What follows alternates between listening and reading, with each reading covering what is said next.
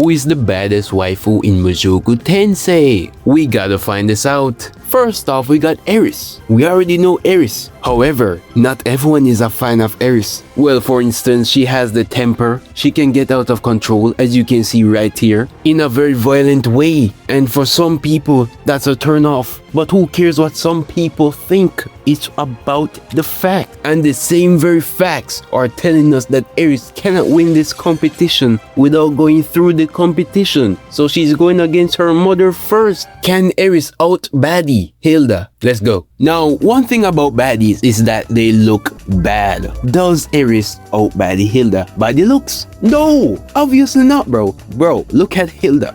Just look at Hilda, bro. And look at Eris. Are we serious? Eris is nowhere close to her mother. You can get the best picture of Eris and you can get the worst picture of Hilda. You can sabotage her looks and Eris is still not coming close. Now, being a baddie isn't just about the looks, it plays a good part, but the personality and the impressions you give off is also a part of that baddie aura. And when you're comparing Eris and Hilda with the impressions, it's like daughter and mother. It's so similar that it cancels each other out. And if that cancels each other out, what does Eris have over Hilda then? Nothing! Eris has nothing! I know the 10 Eris fans out there are very sad at this result, but Hilda is moving on to better competition. No, that was an easy win for Hilda, but can she out baddie Ghislaine? Now, look at Ghislaine and look at Hilda. Bro, in my opinion, in my factual analysis, this in the looks department is going straight to Ghislaine. The way how Ghislaine works, the way how Ghislaine functions is that no matter how messed up she looks, she can still pull it off and look absolutely divine. Even though that Ghislaine defeated her, can she defeat Sylphie? Now hold your horses, this is obviously not an hydrogen bomb versus a coffin baby moment. I see the potential in Sylphie and you will too. Stay tuned, I'll explain it later.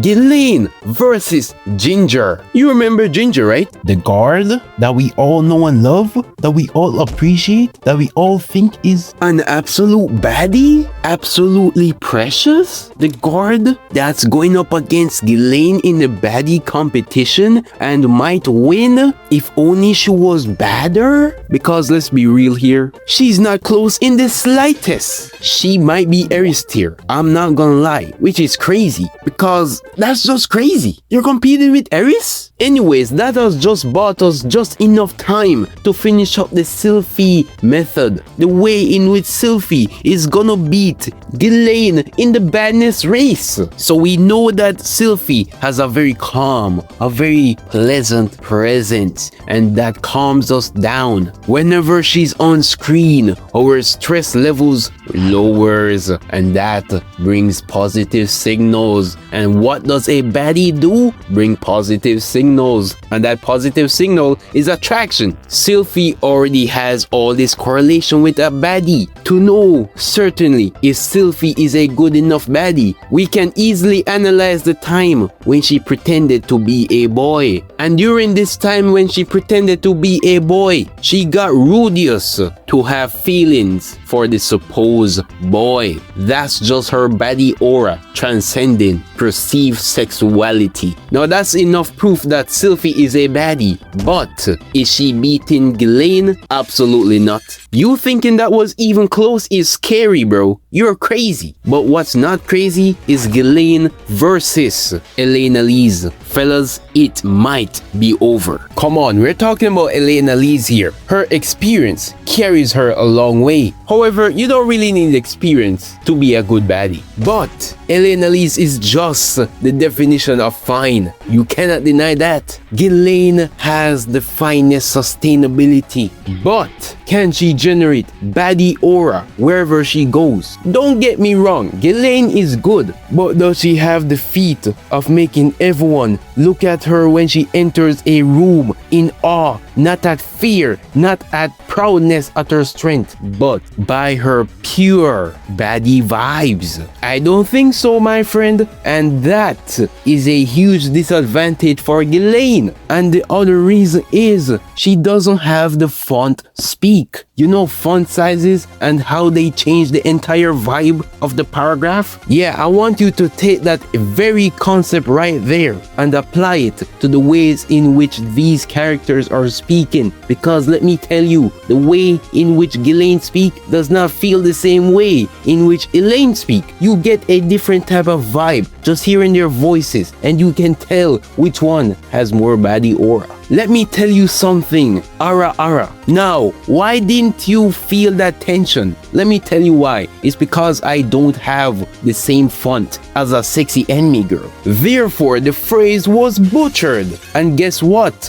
Ghislaine would have butchered the phrase the same because she doesn't have the perfect font. Ghislaine doesn't have the Elaine font. And that's exactly why Elaine is winning versus Ghislaine. But can she win against Roxy though? That's the question. Roxy is more cute than bad. When you look at Roxy, you don't think bad. You think this is a cute person, and cute and bad doesn't mix. They're in their own different categories. Therefore, Roxy cannot be bad in the first place. Now, Roxy's mother, now that is some competition for Elaine. She's more on the calm side. She doesn't give off cute energy. Now she can compete in the baddie race. But it doesn't make sense because we all know it's not even close. So let's move on. Can Elaine beat Zenith? Now this is competition. If you look closely, Zenith actually has some pretty good proportions. And that is a very good thing because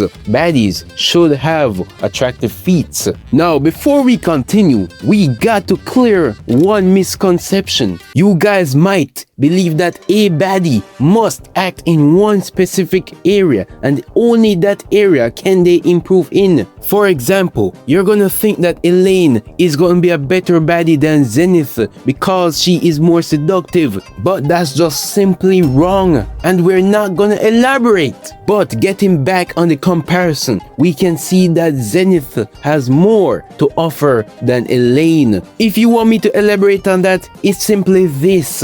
Elaine is pretty good at being seductive. Zenith is pretty good at being versatile. And you may say that Elaine is more deeper than that. But the thing is, baddie culture doesn't look into deep.